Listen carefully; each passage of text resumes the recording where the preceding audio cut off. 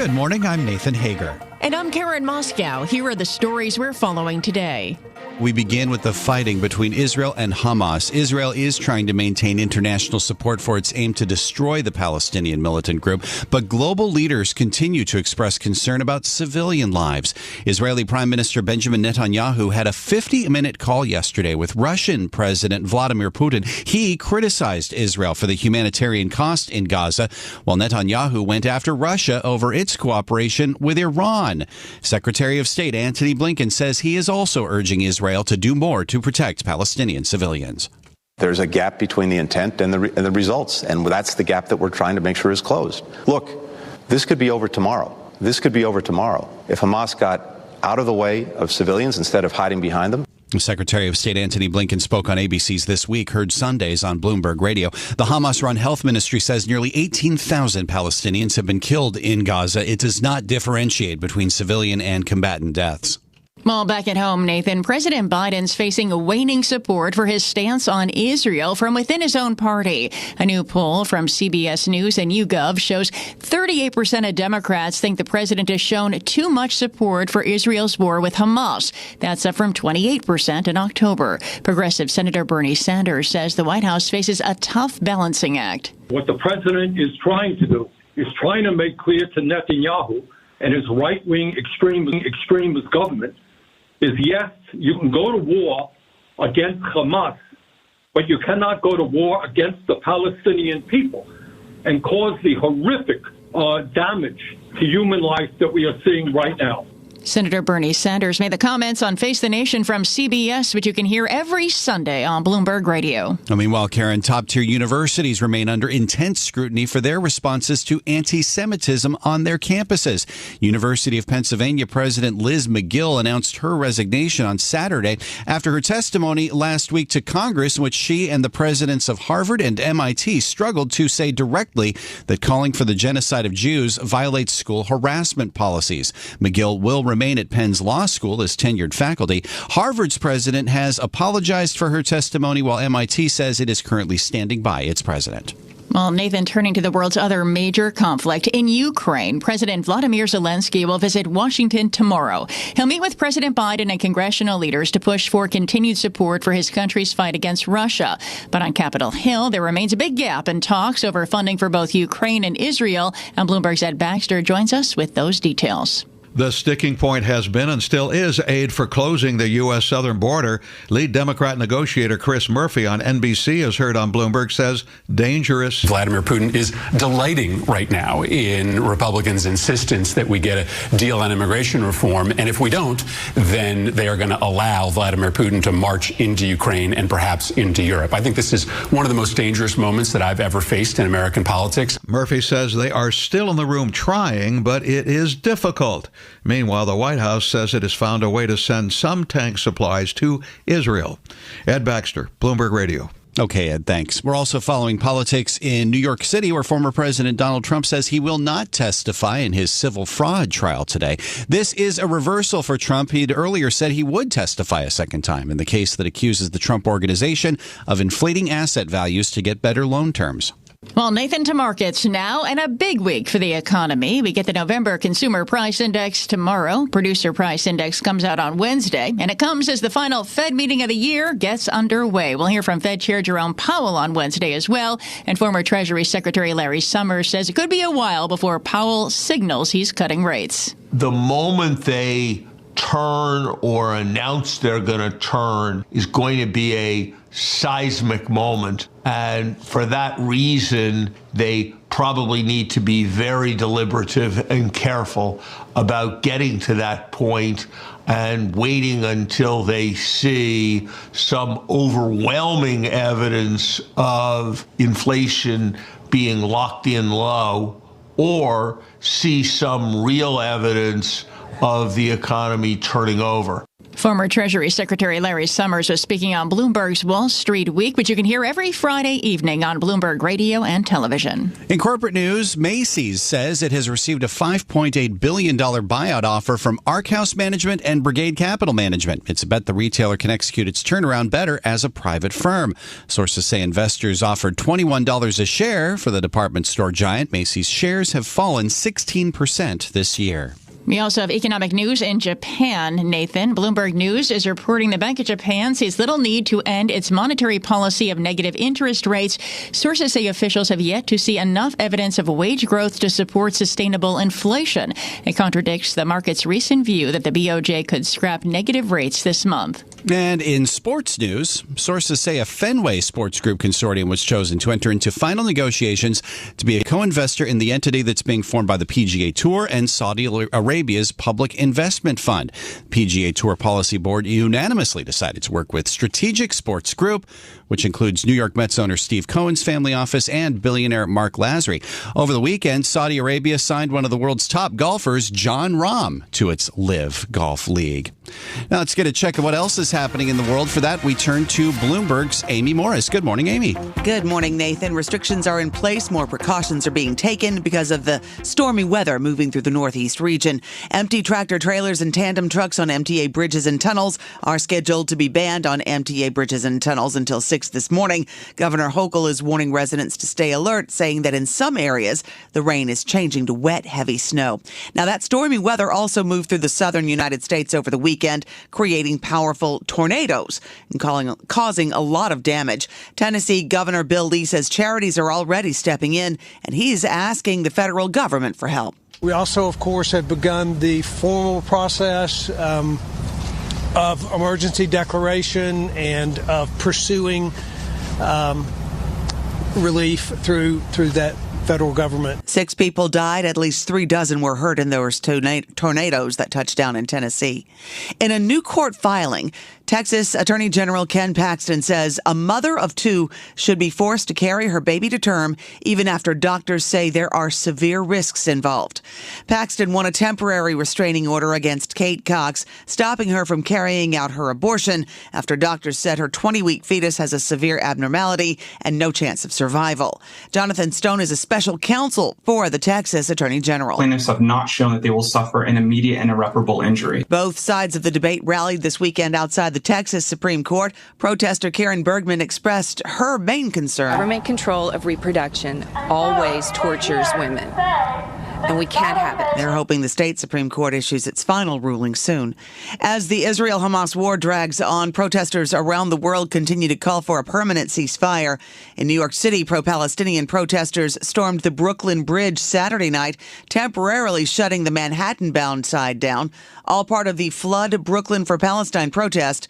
Demonstrator Amal Khalin. The point is everybody, any mother in this world will ask to cease fire because kids, babies are killed. The UN Secretary General warned of a historic and catastrophic humanitarian crisis in Gaza without a ceasefire. Global news 24 hours a day and whenever you want it with Bloomberg News Now. I'm Amy Morris, and this is Bloomberg. Nathan. All right, Amy, thank you. You know, you can get much more of Bloomberg News right from your dashboard if you download the new version of the Bloomberg Business app, because it's now equipped with Apple CarPlay and Android Auto. You get access to every Bloomberg News podcast, including headlines at the click of a button with Bloomberg News Now, live audio feeds from Bloomberg Radio, print stories in audio form from Bloomberg News. All you have to do is head over to the Apple App Store or Google Play, get the Bloomberg Business app updated, connect your phone to your car, and get started. The new Bloomberg Business app is presented by our sponsor, Interactive Brokers. Time now for the Bloomberg Sports Update, brought to you by Tri-State Audi. Good morning, John Stashow. Good morning, Nathan. It was a stunning second-half performance by the Jets. In the rain at MetLife, Jets and Texans combined for 11 first-half punts and no points. And then suddenly the Jets, who in their 5-game losing streak had scored only 45 points total, put up 30. 3 touchdowns, 3 field goals. They beat Houston 30-6. Zach Wilson was on fire. 27 of 36, 300 yards. His coach is Rob Saleh. I thought Zach probably played the best game of his career. Just the off-schedule stuff, the timing and rhythm, and getting the ball out to where it needed to get to, being aggressive but smart at the same time. Scrambled. I know he had the scramble, but just the aggressiveness, the scramble, and he was out there having a good time. And I think there was a report that Wilson, who had been benched 2 weeks prior, didn't want to play. Big AFC game in Kansas City. Buffalo won 20-17. The Chiefs, for a moment, appeared to have gone ahead with a minute left on what would have been the NFL's play of the year, a Travis Kelce catch, run, and lateral throw to Kadarius Toney, but Toney had lined up offside. Last night, Dallas won easily over Philadelphia, 33-13. Both teams 10-3, tied for first. Game of the day was in Baltimore. Rams and Ravens, 7 lead changes. The Ravens won in overtime on a 76-yard punt returned by Tylan Wallace, who before yesterday had never returned a punt. Jonathan Quick, LA Kings goalie for 16 years, won 2 Stanley Cups. Now the Rangers back up. He beat his old team at the Garden. Rangers won 4-1. Devils lost 4-1 in Edmonton. LeBron James was there recording the moment when his son Bronny made his debut for USC 5 months after he suffered cardiac arrest. John Stashower, Bloomberg Sports. From coast to coast, from New York to San Francisco, Boston to Washington, D.C., nationwide on SiriusXM, the Bloomberg Business app, and Bloomberg.com. This is Bloomberg Daybreak. Good morning, I'm Nathan Hager. Israel's war with Hamas is turning into a fight to maintain international support as much as it is about defeating the militant group in Gaza. The U.S. just defeated a UN Security Council resolution calling for an immediate ceasefire, but the latest polling in this country shows President Biden's support for Israel's fight may be turning into even more of a political liability for the president from within his own party. And for more on all this, we're joined by Bloomberg News senior editor Bill Ferry. Bill, it's good to speak with you this morning. We are more than 2 months into this war. Israel seems relentless in its determination to defeat Hamas, but that is creating this international pushback now. You're exactly right. I mean, as you mentioned, the U.S. vetoed this resolution at the United Nations that was going to call for an immediate ceasefire.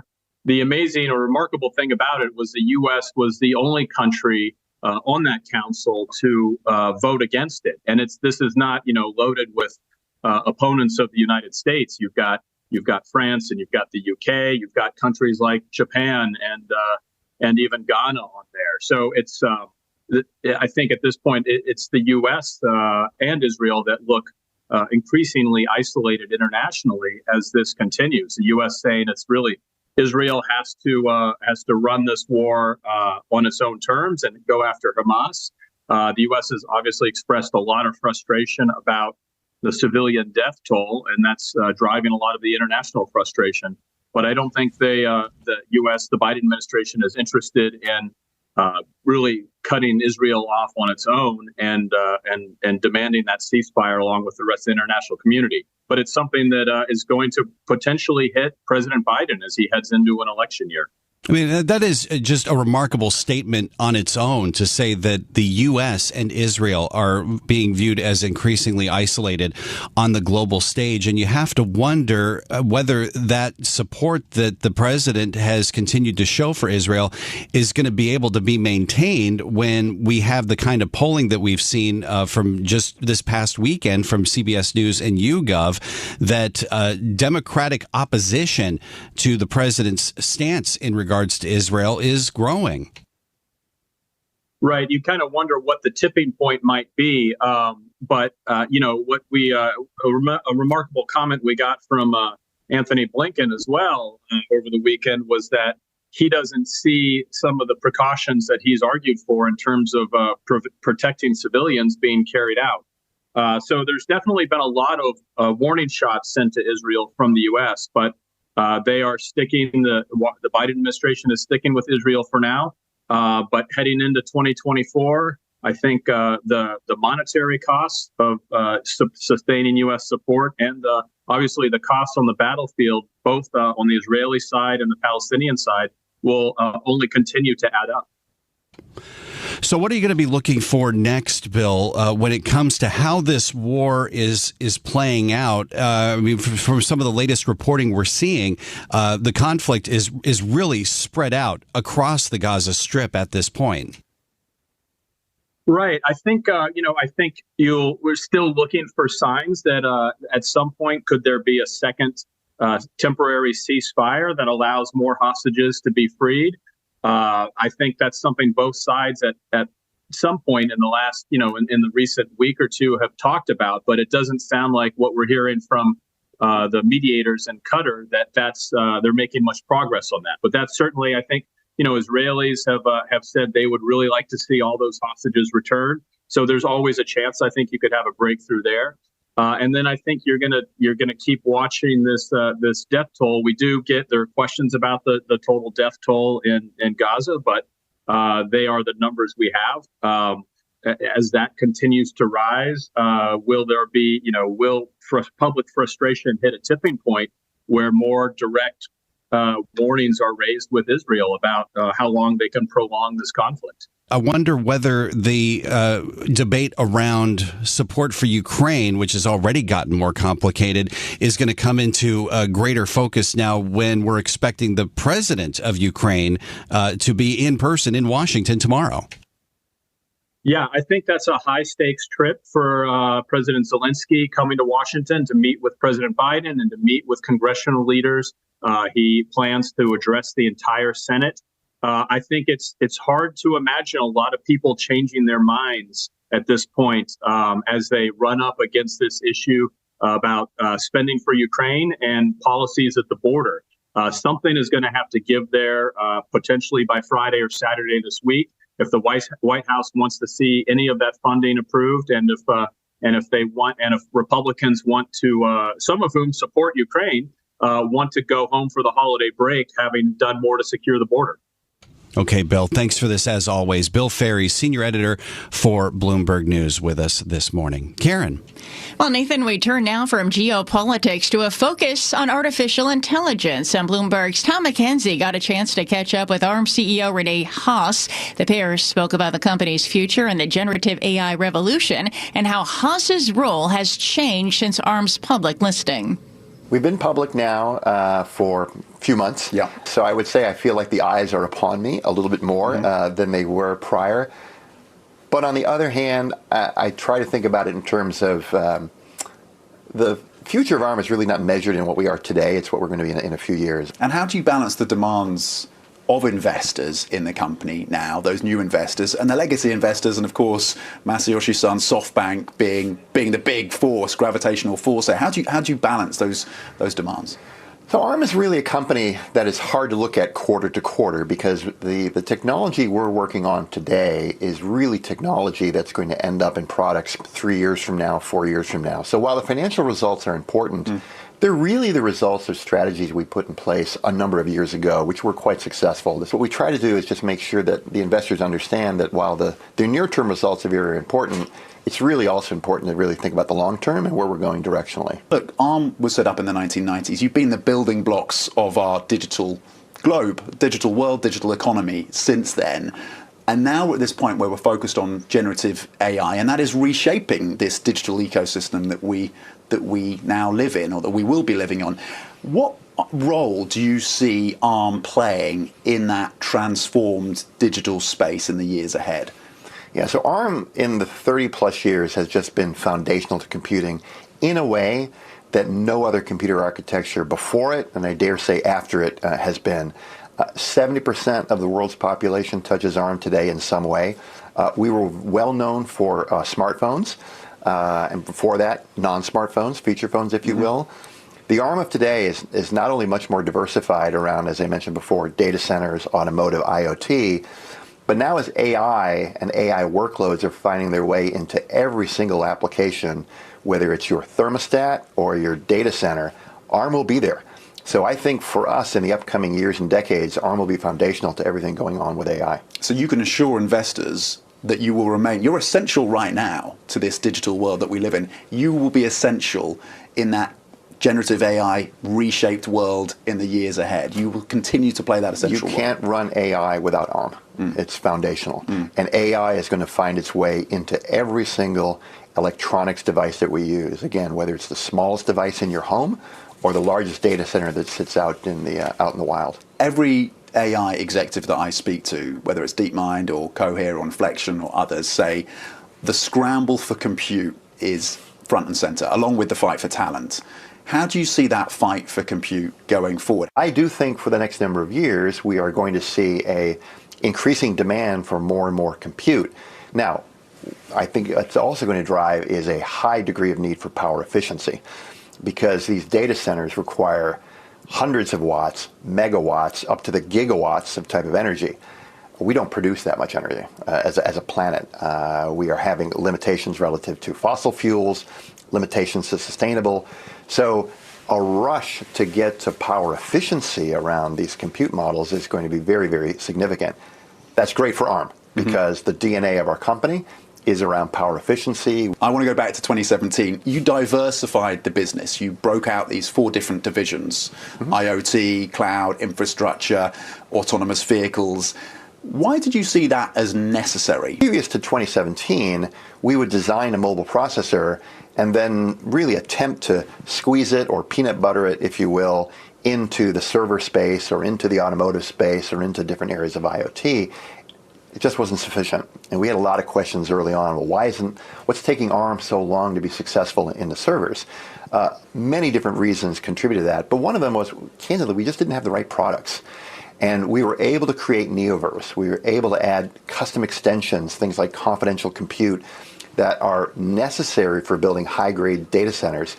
We could put those in the products. And now with Neoverse, we have a world-class competitive entry that you're seeing the benefits of it, whether it's the Microsoft Cobalt or AWS. We had to do that in 2017 because it was clear that these other markets were demanding it, and the software ecosystem needed to be able to support it. What kind of revenue mix would you need to see to kind of declare a success in that diversification push? I'm going to declare some modicum of success now. We were over 60% revenue in smartphones, maybe even higher. Prior to this change, smartphones now, while a very large market for us, are about 40% and declining. And our largest growth in terms of revenue are coming from these new markets, as I mentioned, cloud and automotive. This is Bloomberg Daybreak Today, your morning brief on the stories making news from Wall Street to Washington and beyond. Look for us on your podcast feed at 6 a.m. Eastern each morning on Apple, Spotify, and anywhere else you get your podcasts. You can also listen live each morning starting at 5 a.m. Wall Street time on Bloomberg 1130 in New York, Bloomberg 99.1 in Washington, Bloomberg 106.1 in Boston, and Bloomberg 960 in San Francisco. Our flagship New York station is also available on your Amazon Alexa devices. Just say, Alexa, play Bloomberg 1130. Plus, listen coast to coast on the Bloomberg Business app, SiriusXM, the iHeartRadio app, and on Bloomberg.com. I'm Nathan Hager. And I'm Karen Moscow. Join us again tomorrow morning for all the news you need to start your day right here on Bloomberg Daybreak.